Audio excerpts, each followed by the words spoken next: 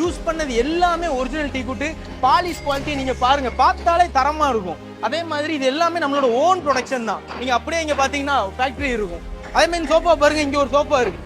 இது அப்படியே பாலிஷ் அடிக்காத சோஃபா பாருங்க. இதோட பில்ட் குவாலிட்டியும் பாருங்க, உங்களுக்கு ஒரு ஐடியா கிடைக்கும். இந்த ஒரு டோனும் அடிக்கல, பாலிஷ் அடிக்கல, எதுவுமே பண்ணல. நேச்சுரலாவே கார்பெண்டர் அந்த பொருளை முடிக்கச்சலே அதோட ஃபினிஷிங் அவ்வளோ அருமையா இருக்கணும். அதுக்கு அடித்தளமே எக்ஸ்பீரியன்ஸான கார்பெண்டர் தான். எக்ஸ்பீரியன்ஸான கார்பெண்டர் வேலை பார்த்தா இப்படி நம்ம ஃபைனலா அதோட அவுட்புட்டை நல்லா அருமையா கொடுக்கலாம். இது வந்து செமி குஷன் டைப்பு. உட்கார இடத்துல குஷன் வரும், சாயிற இடத்துல உட்டு தான். இதுல கம்ஃபர்ட் வந்து அவ்வளோ சூப்பரா இருக்கும். நம்ம முதுகு என்னவா இருக்குமோ அதுக்கு அப்படியே சூப்பரா ரெஸ்ட் ஆகும்.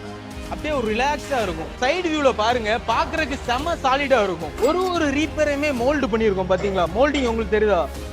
அவ்வளோ ஒரு இம்பார்ட்டன்ட் கொடுத்து மோல்ட் பண்ணியிருப்போம். அதே மாதிரி எல்லா ரீப்பருக்குள்ளேயும் கேப் இருக்கும். ஃப்ரண்ட்ல வந்து காமி தம்பி பாத்தீங்களா? எல்லா ரீப்பருக்குள்ளேயும் கேப் இருக்கும். இது வந்து டென்ஷன் கேப். இந்த கேப் வந்து நம்ம கண்டிப்பா விடணும், ஒட்டி போடக்கூடாது. ஒட்டி போடுறதை விட இப்படி பண்ணோம்னா இதோட லைஃப் ரொம்ப அதிகமா இருக்கும்.